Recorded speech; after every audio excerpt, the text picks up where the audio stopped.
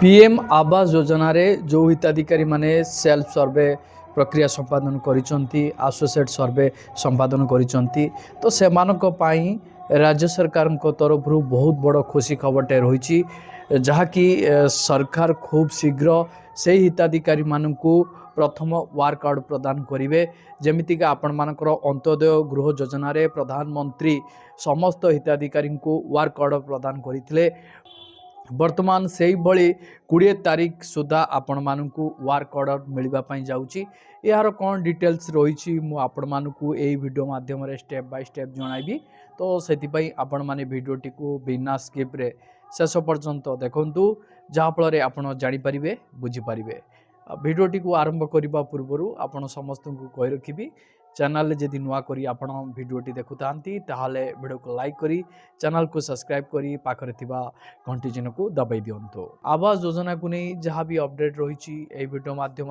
आपण मानक प्रदान करी ता पूर्व आवास योजना विषय में साम्यक सूचना जानिबा। प्रधानमंत्री आवास योजना अर्थात पीएम आवास योजना अधीन हिताधिकारी बैंक अकाउंट को सीधा सड़क 1,30,000 रु 1,80,000 टंका पर्यंत एथर हिताधिकारी को मिलवाई जाऊँगी यार स्थानांतर प्रक्रिया आरंभ होईची। एही योजनाटी विशेष भाव में गरीब निम्न आयकारी एवं मध्यम आयकारी गोष्ठी डिजाइन करा जाइची जहाँ सेमानकु सुलभ स्थायी घर निर्माण करने को सक्षम करिथाए। एही योजना अधीन राज्य एवं केंद्र सरकार मिलित भाव में आर्थिक सहायता प्रदान करती जहाद्वारा प्रत्येक असहाय परिवार मुंड उपरे एक सुरक्षित छात रहिबो। प्रधानमंत्री आवास योजना माध्यम सरकारी सहायता सीधा सड़क योग्य परिवार बैंक अकाउंट को पठा जाए जहाद्वारा सेमानक घर निर्माण रे आर्थिक सहायता प्रदान करा जाए। योजना अधीन आवेदन गुड़िक ऑनलाइन एवं ऑफलाइन उभय आपण माने करि परिबे। प्रधानमंत्री आवास योजनार प्राथमिक उद्देश्य हेउची देशर गरीब लोकंकु स्थायी एवं आरामदायक बासस्थान जोगाइब। एही योजना अधीन हिताधिकारी को आर्थिक सहायता प्रदान करिवे सरकार जहाँ सेमानंकर कच्चा घर को पक्का घर रे परिणत करिबा पाई व्यवहृत हुए। एही योजना रे विशेष भाव में परिवार गुड़िक को 1,30,000 रु 1,80,000 पर्यंत टंका आर्थिक सहायता प्रदान करा जाए जहाँ सीधा सड़क से बैंक अकाउंट रे जमा करा जाए।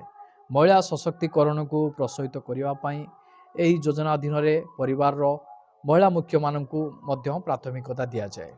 तो वर्तमान राज्य सरकार तरफ केते टंका कौन मिलिबो हिताधिकारी को ताहा डिसाइड करा जाए नहीं। सरकार आवेदन प्रक्रिया को सरल करिसंती एवं हिताधिकारी माने कौनसी असुविधा बिना आवेदन करि परिबे।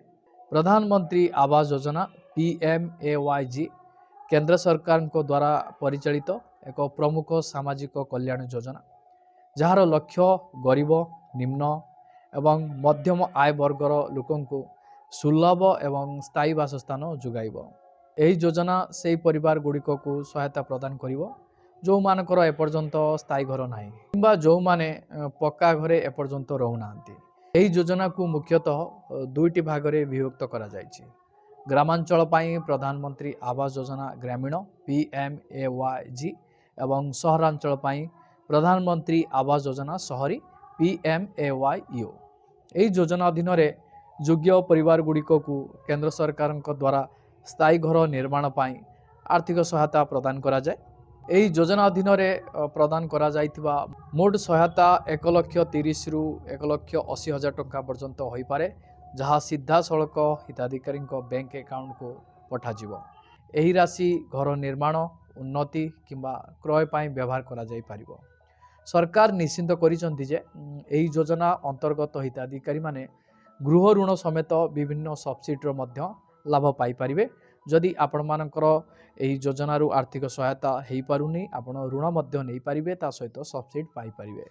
एही योजना रे बैंक गुड़िकरू गृह ऋण उपरे सुध हार सब्सिडी मध्य प्रदान करा जाउची जहाँ आपण मानकर सुध हार 5% पर्यंत होई पारे। एही ऋणर सुझिबार अवधि आपण मानकर 20 वर्ष पर्यंत रहिबो।